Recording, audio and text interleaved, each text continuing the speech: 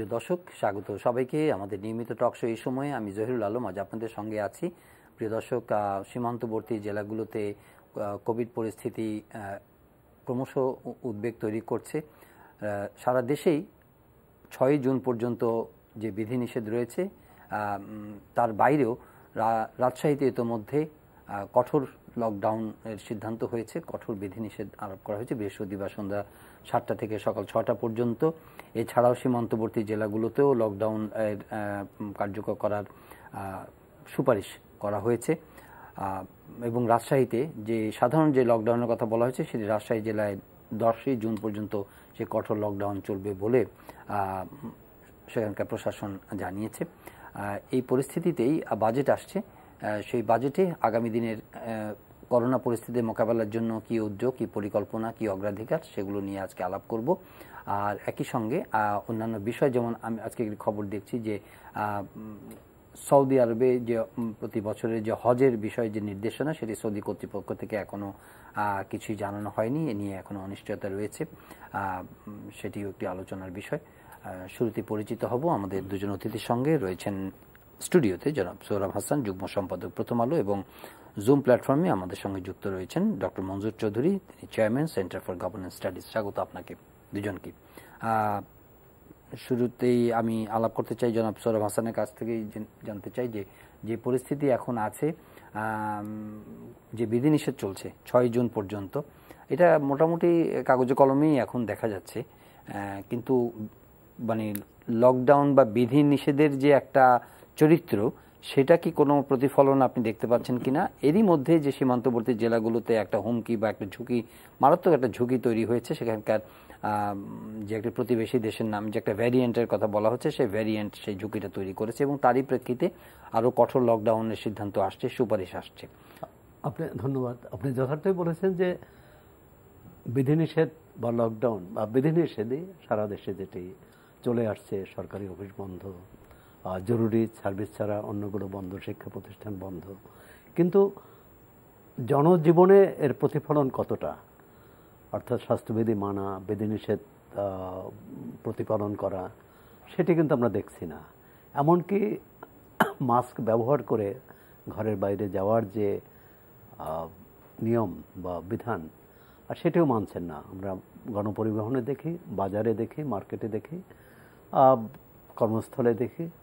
তো এইটি মানানোর দায়িত্ব কিন্তু দুই পক্ষেরই আছে, ব্যক্তির যেমন, প্রতিষ্ঠানের, সরকারেরও।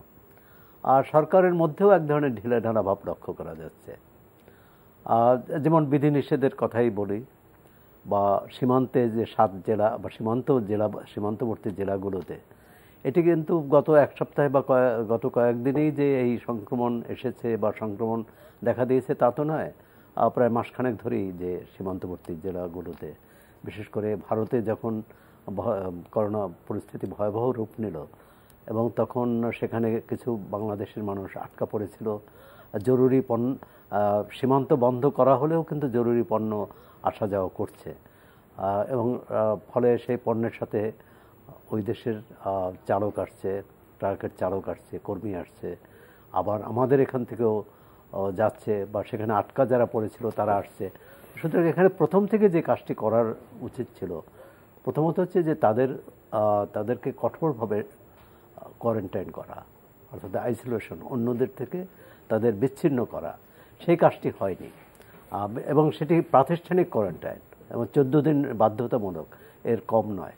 এখন 3 দিন হাসপাতালে রেখে বা পরীক্ষা করে ছেড়ে দিলে তাহলে তো সেটি হয় না।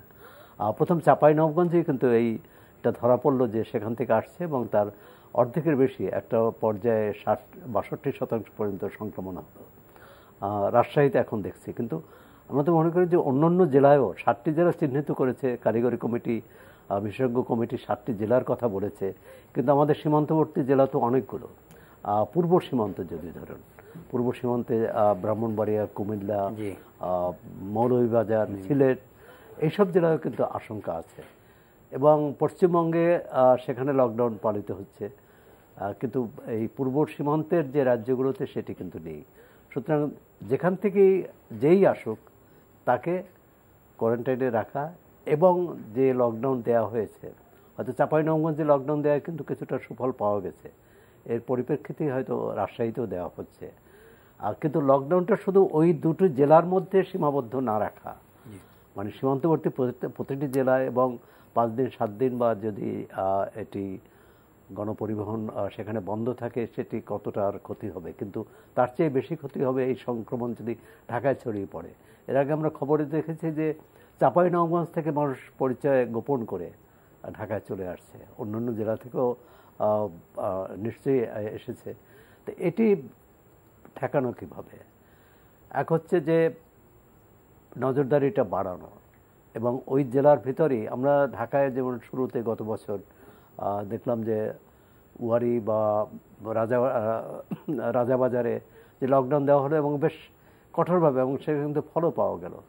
তো যেটা হচ্ছে যে কোনোটাই ঢিলেঢালাভাবে করলে হবে না, যে মানুষ যাতে দেখে যেটা যেটা দর্শনীয়ভাবেই করতে হবে, দৃশ্যমান হয় যেটা, কিন্তু মুখে আছে শুধু একটা নির্দেশ দিলেই হয় না এখানে। এবং এর মধ্যেও কিছু কিছু ভালো পদক্ষেপ আছে, যেমন চাঁপাইনবাবগঞ্জে দেখলাম যে একটি সীমান্তবর্তী উপজেলা প্রশাসন বাড়ি বাড়ি যে পরীক্ষা করছে। আর যে কাজটি আমরা এখনো করতে পারিনি, এক হচ্ছে টিকার সংকট দেখা দিল, আর টিকা কবে আসবে জানি না, কিন্তু পরীক্ষাটা অত বেশি হচ্ছে না কেন?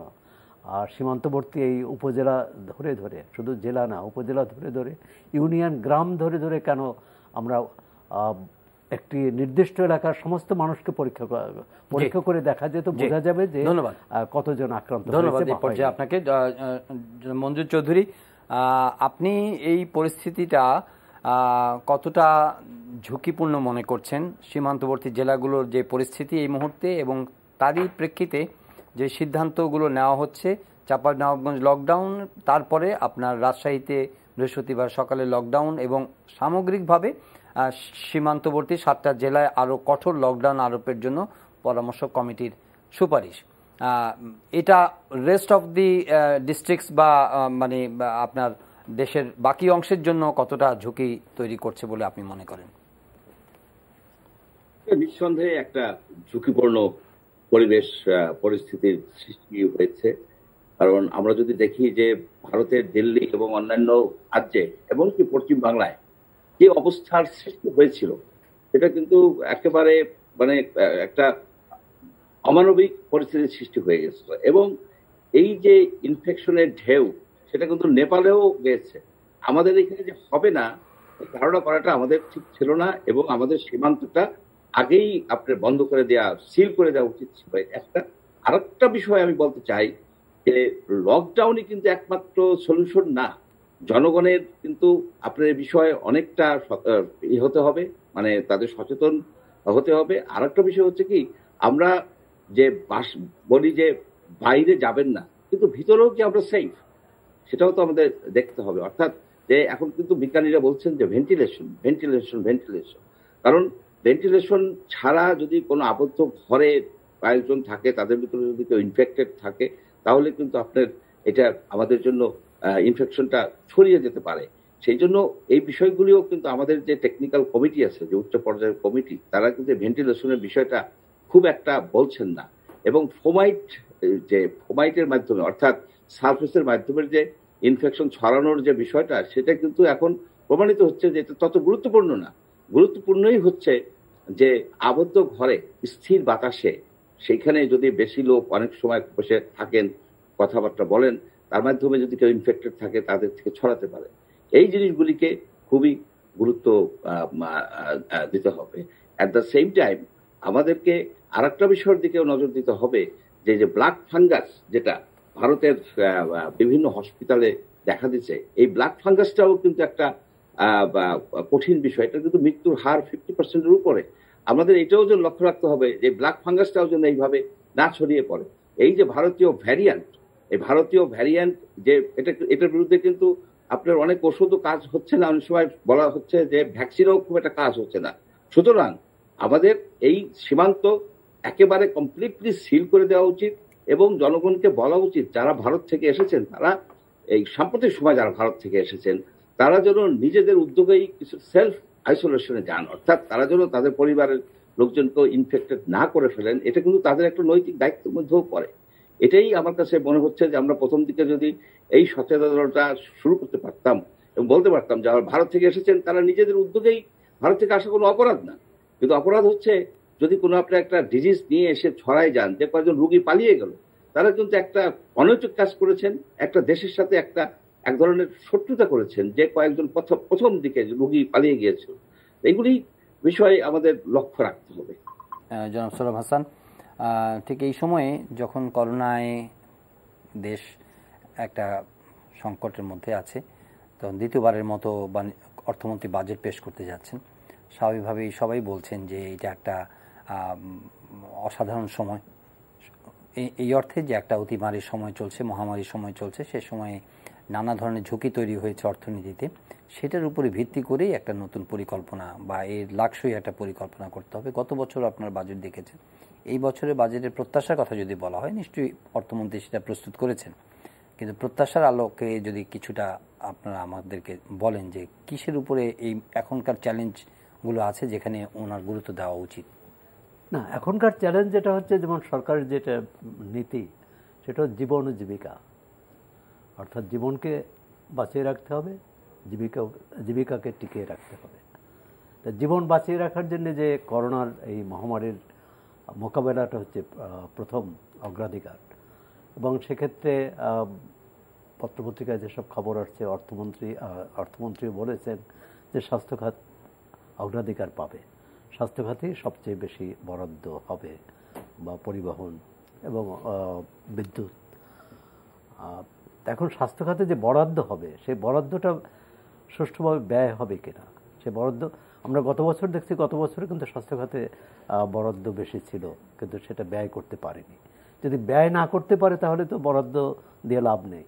আবার বরাদ্দ ব্যয় করার ক্ষেত্রে যে নিয়মকানুন মেনে চলা উচিত, অর্থাৎ ব্যয়টা অপচয় না হয়। যে অর্থটা জনগণের করের পয়সা, সেটি যে খাতেই হোক, সেখানে অপচয়, দুর্নীতি যদি হয় তাহলে কি অবস্থা হতে পারে।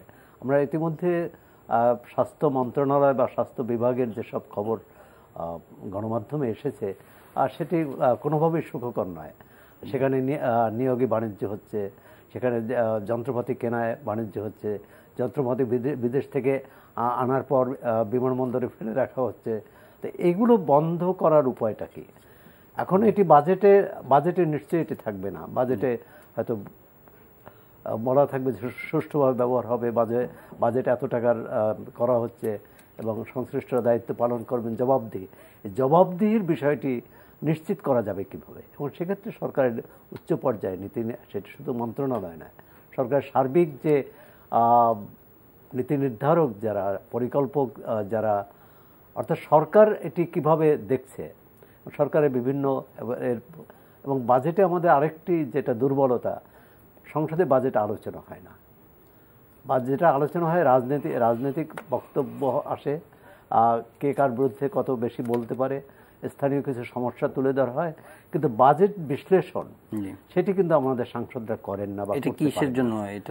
এটি একটা হচ্ছে যে আমাদের যে রীতি চলে আসছে, গতানুগতিকভাবেই এটি হচ্ছে যে বাজেটের আগে অর্থমন্ত্রী বিভিন্ন সম্প্রদায়ের, বিভিন্ন পেশাজীবী বা অন্যদের সাথে কথা বলেন, এবং সেখানে কিছু, যেমন এবছর অর্থমন্ত্রী বলছে সবাইকে সন্তুষ্ট করার একটা চেষ্টা থাকবে। এখন সবাইকে সন্তুষ্ট করার চেষ্টার মধ্যে থাকে যে যারা ক্ষমতাবান বেশি তারা বেশি চাপ দিতে পারেন, এবং যারা বেশি চাপ দিতে পারেন তারাই সুবিধা বেশি নেন। করোনা পরিস্থিতি মোকাবেলায় যে প্রণোদনা দেওয়া হয়েছে, আমরা কিন্তু সেখানেও দেখেছি যে ক্ষমতাবানরা, মানে বড়রা বেশি সুবিধা পেয়েছেন, ছোটরা পাননি। অর্থাৎ বাজেট বরাদ্দের সেই হিসাবে তো এখন ছোটদের দিকে নজর দেওয়া উচিত। তার চেয়েও বড় যেটা হোসেন জিল্লুর রহমান বলেছেন, যে এই যে নতুন গরিব হয়ে গেল যে মানুষগুলো, অর্থাৎ দারিদ্র্যসীমার নিচে চলে গেল। আর সরকারি একটি হিসাবে ছিল যে আমাদের দারিদ্র্যসীমার নিচের মানুষের সংখ্যা 20 ভাগের মতো, 20-21 ভাগ, কিন্তু এর সঙ্গে আরো 10-15 ভাগ যোগ হয়েছে। অর্থাৎ নতুন যে দরিদ্র মানুষ আসলো, তাদের কি হবে, তাদের খাইয়ে পড়ে বাঁচিয়ে থাকা। আরেকটি হচ্ছে যে এই করোনার কারণে অর্থনৈতিক গতি স্বাভাবিকভাবে মন্থর হয়েছে। অনেক শিল্প কারখানা বন্ধ হয়ে গেছে, অর্থনৈতিক কার্যক্রম বন্ধ হয়েছে, অনেক শিক্ষা প্রতিষ্ঠান বন্ধ হয়েছে। তো সেক্ষেত্রে তাদের এই যে বেকার হয়ে যাওয়া মানুষকে প্রতি বছর স্বাভাবিক সময়ে কিন্তু 22-23 লাখ জনশক্তি কর্মবাজারে প্রবেশ করে, যারা সবাই কাজ পায় না। সরকারি বেসরকারি মিলে 6-7 লাখ বলা হয় যে কর্মসংস্থান হয়, বাকিরা কোথায় যায়। এবং এই যে আমরা দেখি যে আমাদের প্রবাসী শ্রমিক তারা তাদের কষ্টার্জিত অর্থে বাংলাদেশের অর্থনীতিকে সচল রাখছে, কিন্তু তারা যে দুর্বিষহ জীবনযাপন করে বিদেশে, তাদের সহায়তা কিভাবে দেওয়া হবে। আমরা তিনটি ক্ষেত্রের উপর জোর দিতে চাই বা জোর দেওয়া উচিত বলে মনে করি। সেটা হচ্ছে যে নতুন যারা গরিব হয়েছে, নতুন যারা দারিদ্র্যসীমার নিচে, কাজের সুযোগ তৈরি করতে হবে নাকি এদিকে প্রান্তিক মানুষদের নগদ সহায়তা? কাজের সুযোগও তৈরি করতে হবে। তাদের নগদ সহায়তা দিয়ে কতদিন বাঁচে, তাদের ক্রয় ক্ষমতা এবং সরকারের হাতে এতটা অর্থ নেই যে তাদেরকে বছরের পর মাসের পর মাস বাঁচিয়ে রাখতে হবে। দ্বিতীয় হচ্ছে কাজের ক্ষেত্র তৈরি করা, যে কাজের ক্ষেত্র তৈরি করার নতুন, এবং সেক্ষেত্রেই প্রশ্ন আছে শিল্প কারখানা অর্থনৈতিক কার্যক্রম বাড়ানো। আমরা আশা করি যে এই দুটো তিনটে বিষয়ের উপর সরকার অধিক জোর দিবে এবং বরাদ্দটা যাতে ঠিক মতো ব্যয় হয়। আর সেখানে জনপ্রতিনিধিদের যেমন দায়িত্ব, ব্যয় সক্ষমতা এবং তার স্বচ্ছতা, স্বচ্ছতা, এবং সেখানে জনপ্রতিনিধিদের দায়িত্ব আছে, প্রশাসনের দায়িত্ব আছে। জি, আসছে আপনার কাছে আবারও জনাব মঞ্জুর চৌধুরী। বাজেট আসছে, স্বাভাবিকভাবেই সবাই বলছেন যে এই মুহূর্তে জীবন জীবিকার উপরে বেশি গুরুত্ব দেওয়া উচিত। তো আপনি কোনটাকে প্রায়োরিটাইজ করবেন? আপনি যদি এই বিষয়টি প্রত্যাশার আলোকে যদি বলতে চান কিছু। এখানে বাজেটের যে স্লোগানটা দেওয়া হয়েছে, জীবন ও জীবিকার প্রাধান্য, এটার দুইটাকেই প্রাধান্য দিতে হবে। আপনি জীবনকে অবহেলা করে জীবিকা যেমন হতে পারে না, আবার জীবিকাকে অবহেলা করে জীবনও বাঁচবে না, দুটোকেই বাঁচাতে হবে।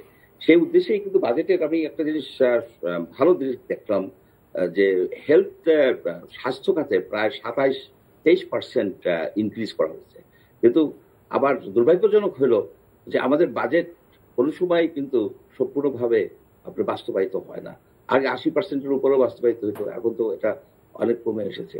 এখানে আরেকটা বিষয় আপনার বাজেট সম্বন্ধে, এটা একটা বিশাল অর্জন আমাদের প্রথম বাজেট 72-73 বাজেট ছিল 786 কোটি টাকা। সেই বাজেট 50 বছর পরে হয়েছে 6 লক্ষ কোটি টাকারও উপরে। এটা এক ধরনের একটা বিশাল একটা অর্জন। তারপরও আমি বলবো যে আমাদের বাজেটের কিন্তু যে বাস্তবায়নটা কিন্তু আপনার গুণগত মানের হয় না। এটা দেখা গেছে যে বাজেটের বেশিরভাগ অংশই বাস্তবায়িত হয় মে জুন মাসে, তার আগে কিন্তু হয় না। এবং আমরা জানি যে জুন মাসে প্রচন্ড বৃষ্টিপাত হয়, এই বৃষ্টিপাতের ফলে ডেভেলপমেন্ট ওয়ার্ক করা খুব কঠিন হয়ে যায়। আপনি আজকে বেশ কয়েকজন এমপি বহু বছর ধরে বলতেছেন যে আমাদের বাজেট ইয়ার পরিবর্তন করা উচিত।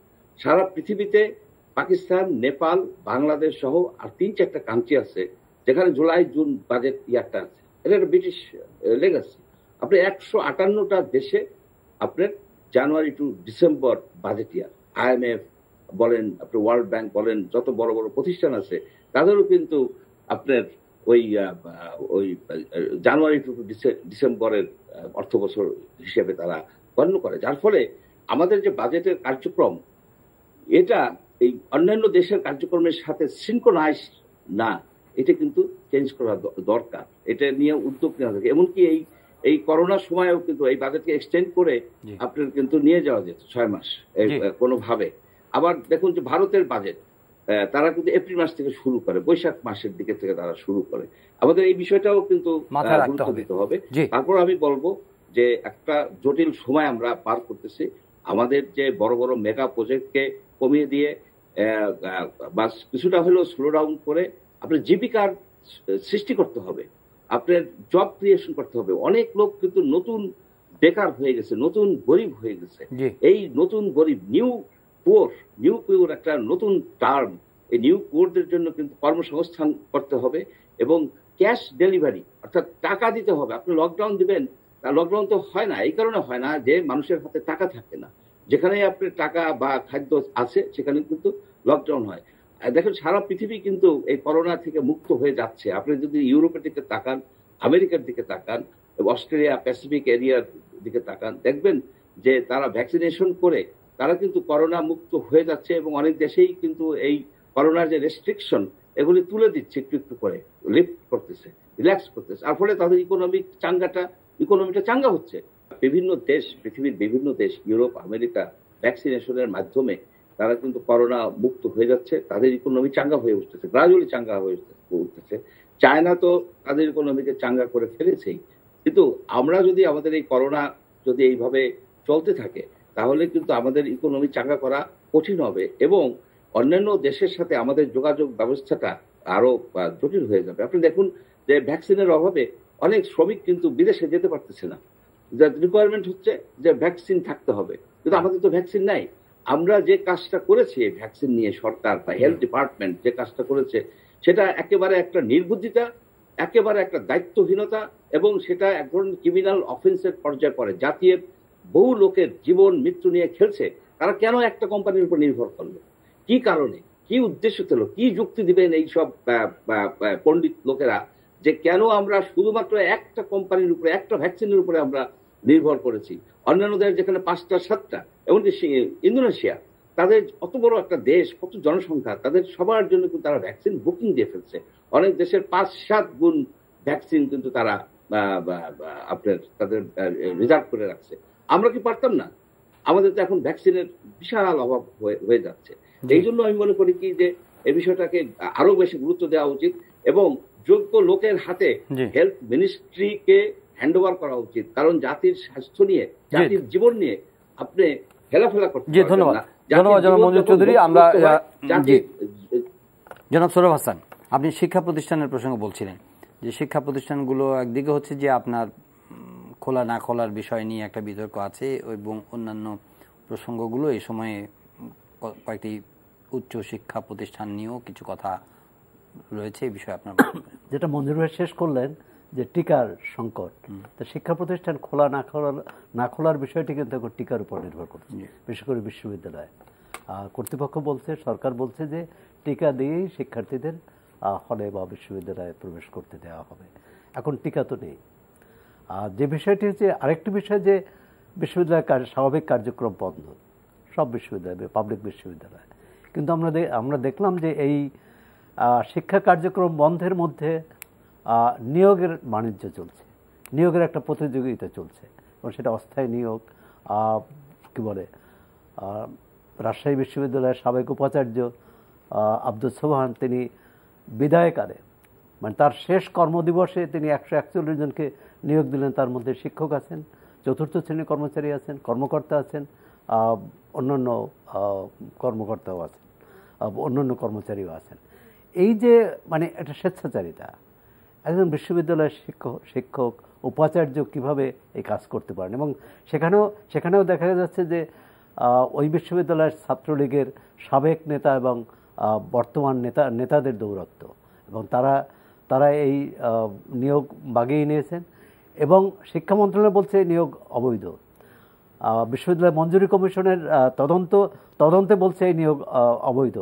তারপরও সেখানে আমরা দেখলাম গতকালের পত্রিকায় যে রাজশাহী বিশ্ববিদ্যালয়ের যে প্রশাসনিক ভবনের সম্মেলন কক্ষে সেই নিয়োগপ্রাপ্ত মানে বিশ্ববিদ্যালয় মঞ্জুরি কমিশনের তদন্তে যেটা অবৈধ নিয়োগ, সেই নিয়োগপ্রাপ্তরা সেখানে অবস্থান নিয়েছেন এবং চলতি দায়িত্বে থাকা সহ উপাচার্যকে প্রায় অবরুদ্ধ করেছেন, অন্যান্য কর্মকর্তাকে।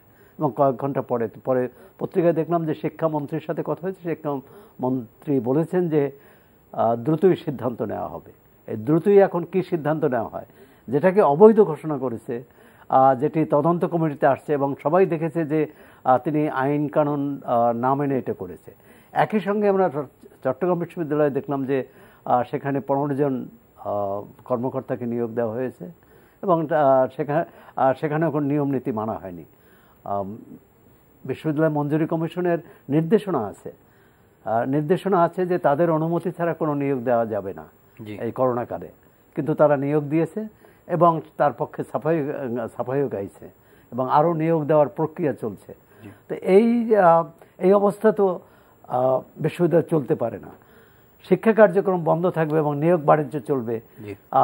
এটি আমি মনে করি যে সরকারের সর্বোচ্চ কর্তৃপক্ষ শিক্ষা মন্ত্রণালয় তাদের তড়িৎ ব্যবস্থা নেওয়া উচিত এবং অবৈধ নিয়োগকে বৈধতা দেয়া হবে না বলেই আশা করি। জি, জনাব মঞ্জুর চৌধুরী, শিক্ষা প্রতিষ্ঠান খোলার বিষয়ে আগে থেকে কি পরিকল্পনা করা যেত না, এটা নিয়ে একটা আলোচনা আছে যে আমরা 1 বছরেরও বেশি সময় ধরে শিক্ষা প্রতিষ্ঠান বন্ধ রেখেছি, কিন্তু এখন আমরা জুন মাসে খুলতে পারবো কিনা, 13ই জুন থেকে খুলতে পারবো কিনা সেটা পরিস্থিতির উপর নির্ভর করবে এবং সরকার বা শিক্ষা মন্ত্রণালয় বলছে যে কোনোভাবেই শিক্ষার্থীদেরকে ঝুঁকির মুখে ফেলা যাবে না।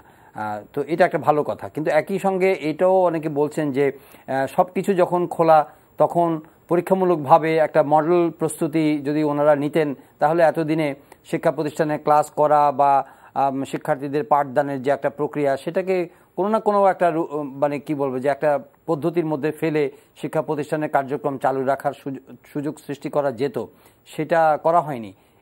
সবচেয়ে বড় ক্ষতিগ্রস্ত খাতের মধ্যে শিক্ষা খাত একটি বড় মানে ভিকটিম এই কোভিডের ক্রাইসিসের মধ্যে। আপনি কি মনে করেন?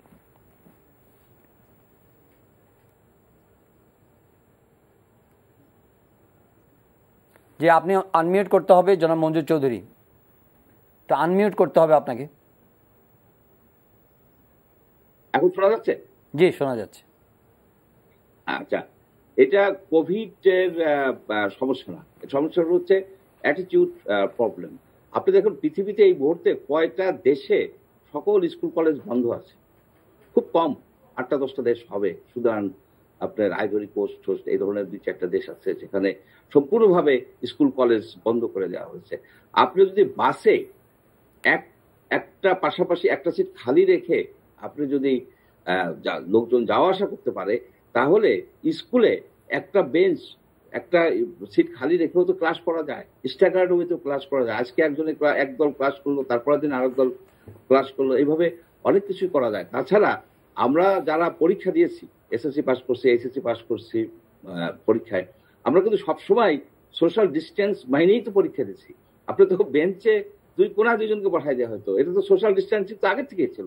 পরীক্ষাগুলি কেন সোশ্যাল ডিস্টেন্সিং মেনটেন করে নেওয়া হলো না? এটা একটা, আমি মনে করি কি, আমাদের ছাত্র সমাজকে পঙ্গু করে দেওয়ার একটা ইচ্ছাকৃত বা অনিচ্ছাকৃত চক্রান্তের মতো ঘটনা ঘটে যাচ্ছে। কেন আপনি দেখুন মাদ্রাসাগুলি বন্ধ করেন না কেন? আপনি তো সব জায়গায় তো এখানে স্বাস্থ্য এই মেনে চলতে হবে। শুধুমাত্র এইখানে যে একটা কন্ডিশন দিয়ে রাখবেন যে 5%-এর বেশি ইনফেকশন থাকলে হবে না, এটা হবে না। আমাদের যে ইনফেকশন রেট, এগুলি কি অ্যাকুরেট? আপনি বলুন, এগুলি কি অ্যাকুরেট? আপনার কতগুলি টিকা আনা হচ্ছে, কতগুলি আপনার টেস্ট ভায়াল আনা হচ্ছে, আপনার কতজন লোকের ইনফেকশন অ্যাকচুয়ালি আপনি তো শনাক্ত বিবেচনায় বলেন। আপনি তো কখনোই এরা বলে না যে কতজন লোকের ভিতরে কতজন ইনফেক্টেড আছে, কতজন শনাক্ত বিবেচনায়। অর্থাৎ আমি 3বার টেস্ট করছি, 3বার নেগেটিভ বা পজিটিভ, যা কিছুই হোক না কেন, এখানে তো একজন ব্যক্তি আমি। তো এইখানে এটাও বা কতটুকু অ্যাকুরেট আছে আমি জানি না। কিন্তু আমি মনে করি কি যে শিক্ষা ব্যবস্থাটাকে পঙ্গুত্বর দিকে নিয়ে যাওয়া হচ্ছে, ইচ্ছাকৃতভাবে নিয়ে যাওয়া হচ্ছে। এটার থেকে তাদের শুভবুদ্ধির উদয় হোক। ছাত্ররা গান গাচ্ছে, ছাত্ররা দাবি করতেছে স্কুল কলেজ খুলে দেওয়ার জন্য, আর সেইখানে আমরা একেবারে সেই উট পাখির মতো একেবারে সেই বালুতে মাথা গুঁজে বসে আছি। ধন্যবাদ। 1 বছর 1.5 বছর জনাব মঞ্জুর চৌধুরী, শিক্ষা জীবন নষ্ট হয়। জনাব মঞ্জুর চৌধুরী ধন্যবাদ, আপনি এখানে একটু থামবেন। আমরা জনাব সোহরাব হাসানের কাছে একটু মন্তব্য নিয়ে প্রায় শেষের দিকে চলে এসেছে। মন্তব্যটা এরকম যে বা আপনাকে যে প্রশ্নটা রাখতে চাই যে বন্ধ রাখার পেছনে বা না খোলার পেছনে নিশ্চয়ই কিছু যুক্তি বা ভাবনা ওনাদের আছে। সেটা কি এরকম হতে পারে যে শিক্ষা প্রতিষ্ঠান খুললে ঝুঁকিটা এই, কোনো শিক্ষার্থী যদি করোনা আক্রান্ত হন বা শিক্ষা প্রতিষ্ঠানে ক্লাস করার কারণে বিপদ আসে, তাহলে সেটার জন্য সরকারের কোনো ধরনের ব্লেমিং হতে পারে এবং সরকার এই ঝুঁকিটা নিতে চান না, এরকম কি হতে পারে? সেই বিবেচনা তো আছেই, এবং এটি তো এরকম না যে এরকম বলা যায় না যে সরকারের সিদ্ধান্ত শিক্ষা প্রতিষ্ঠান সিদ্ধান্ত নেয়ার ক্ষেত্রে অনেকগুলো ফ্যাক্টর কাজ করেছে, অনেকগুলো পূর্ব শর্ত কাজ করেছে। এক হচ্ছে যখন এখন তো সংক্রমণ বাড়তির দিকে, কিন্তু যখন কম ছিল। দ্বিতীয় হচ্ছে সিদ্ধান্তটি আসে আমাদের এখানে সবসময় সিদ্ধান্তটি আসে উপর থেকে। নিচ থেকে যদি সিদ্ধান্ত হতো, অর্থাৎ একটি উপজেলায় সেখানে যেমন করোনা সংক্রমণ নেই, সেখানে তো খোলা যেত, পরিকল্পনা এমনকি খোলা মাঠেও, মানে এখন হয়তো বৃষ্টির দিনে খোলা মাঠে করা যাবে না, শীতকালে তো খোলা মাঠে ক্লাস হতে পারতো, সেখানে সংক্রমণের ভয় ছিল না। দ্বিতীয় হচ্ছে যে সরকার সিদ্ধান্ত নিলেন একবার যে মার্চে স্কুল কলেজ খোলা হবে, বিশ্ববিদ্যালয় খোলা হবে মে মাসের পরে, ঈদের পরে, মানে যে চলে গেল। তো এই যে সিদ্ধান্তহীনতা, তাহলে এই যে বিশ্ববিদ্যালয়ের পরে খোলা হবে, এটি তো হতে পারে না। হ্যাঁ, যে ভয়টা সরকার করেছে যে শিশু শিক্ষার্থীদের ক্ষেত্রে যে তাদের যারা পুরোটা হয়তো স্বাস্থ্যবিধি মেনে চলার ক্ষেত্রে অতটা সচেতন না, কিন্তু যারা আমি বলি যে যারা ধরেন বয়স, মানে 18 বছরের উপরে যাদের বয়স, যারা সব কিছু নিজে বোঝে, তারা এবং শিক্ষার্থীরাই কিন্তু স্বাস্থ্যবিধি মেনে চলার ক্ষেত্রে অনেক বেশি সক্রিয়। এমনকি পরিবারে দেখা গেছে যে তারা কিন্তু বাবা মাকে বা অন্য অভিভাবকদেরও তারা পরামর্শ দেয় স্বাস্থ্যবিধি মেনে চলা উচিত, আর মাস্ক পরেই বাইরে যাওয়া উচিত। আমি মনে করি যে এর মধ্যে এক ধরনের দ্বিধাদ্বন্দ্ব তো ছিল, এবং তার পক্ষে যুক্তি নেই তা না, কিন্তু আবার দেখতে হবে যে এই যে পার্শ্ববর্তী দেশ ভারতে তো ভয়াবহ আকার নিয়েছে করোনা, কিন্তু সেখানেও তো শিক্ষা প্রতিষ্ঠান অনেক জায়গায়, যেসব এলাকায় ভয়াবহ সেখানে শিক্ষা প্রতিষ্ঠান বন্ধ, কিন্তু যেখানে কম সংক্রমণ সেখানে খোলা। তো এরকম মানে বাস্তবতার ভিত্তিতে সিদ্ধান্ত নেওয়া হয়, সেটা নেওয়া হয়নি এবং এখানে অনেক বিলম্ব হয়ে গেছে। এবং 13ই আমরা আশা করি যে সংক্রমণ আর বাড়বে না, এবং 13 তারিখ যে সরকার সিদ্ধান্ত নিয়েছে 13 তারিখ থেকে শিক্ষা প্রতিষ্ঠান খোলা হবে, স্কুল কলেজ, আর সেটি খোলা হোক। কারণ এই 15 মাসেরও বেশি সময় ধরে দেশের শিক্ষা কার্যক্রম বন্ধ হয়েছে। এখানে আরেকটি সমস্যা হচ্ছে সরকারি এবং বেসরকারি শিক্ষার ক্ষেত্রে বৈষম্যটা আরো বেড়েছে। ধন্যবাদ জনাব সোহরাব হাসান, ডক্টর মঞ্জুর চৌধুরী, আপনাকে ধন্যবাদ জানাচ্ছি। প্রিয় দর্শক, আজকের এই সময় শেষ করছি। সবাই ভালো থাকবেন, দেখা হবে আবারও পরের অনুষ্ঠানে। যে বাজেট আসছে, আশা করছি আমরা যে এখানে যে মানুষের স্বাস্থ্য, শিক্ষা এবং যে কৃষি, প্রান্তিক জনগণ যাদের কর্মসংস্থানের সুযোগ সৃষ্টি প্রয়োজন আরও বেশি করে, এবং একই সঙ্গে সামাজিক নিরাপত্তার যে সুযোগ সৃষ্টি করা, সেই বিষয়গুলোকে গুরুত্ব দেওয়া হবে, এবং অর্থনৈতিক গতি সঞ্চারের জন্য যে মেগা প্রজেক্টের পাশাপাশি আরও নতুন নতুন কর্মক্ষেত্র তৈরি করার জন্য, মধ্যবিত্তকে সুরক্ষা দেওয়ার জন্য একটা সুনির্দিষ্ট সুপরিকল্পিত একটা বাজেট উপস্থাপিত হবে। বিনিয়োগ বাড়বে এবং অর্থনীতির বিভিন্ন যে সামষ্টিক যে স্থিতিশীলতা এবং যে সূচকগুলো আছে সেগুলো সুরক্ষিত হবে। সেই সঙ্গে বাজেট প্রণয়নের পাশাপাশি আশা করছি যে একটি দক্ষতা এবং স্বচ্ছতার সঙ্গে একটি মানে কার্যকর সামর্থ্য নিয়ে সে বাজেট বাস্তবায়নের সময়, বিশেষ করে এই আলোচনাটি প্রায় হচ্ছে যে বাস্তবায়নের সামর্থ্য কম, বার্ষিক উন্নয়ন কর্মসূচি থেকে শুরু করে বিভিন্ন মন্ত্রণালয়ে যে বরাদ্দ দেওয়া হচ্ছে সেই বরাদ্দ অনুযায়ী তারা সেগুলো বাস্তবায়ন করতে পারছে না। স্বাস্থ্য মন্ত্রণালয় বিশেষ করে উল্লেখযোগ্য, সেটি সাম্প্রতিক খবর হয়েছে। আশা করছি সে সামর্থ্য বাড়বে এবং স্বাস্থ্য খাতে যথাযথ মনোযোগ দেওয়া হবে এই বাজেটে। সেই প্রত্যাশা রেখে আজকের অনুষ্ঠান এখানে শেষ করছি। পরের অনুষ্ঠানে দেখা হবে। চাইলে আপনারা এই অনুষ্ঠানটি অনলাইনে দেখতে পারেন, ভিজিট করুন www.ntvbd.com। এছাড়া ইউটিউব ও ভেরিফাইড ফেসবুক পেজে আমাদের জনপ্রিয় অনুষ্ঠান ও খবরের আপডেট আপনারা জেনে নিতে পারেন। ভালো থাকবেন সবাই, স্বাস্থ্যবিধি মেনে চলবেন।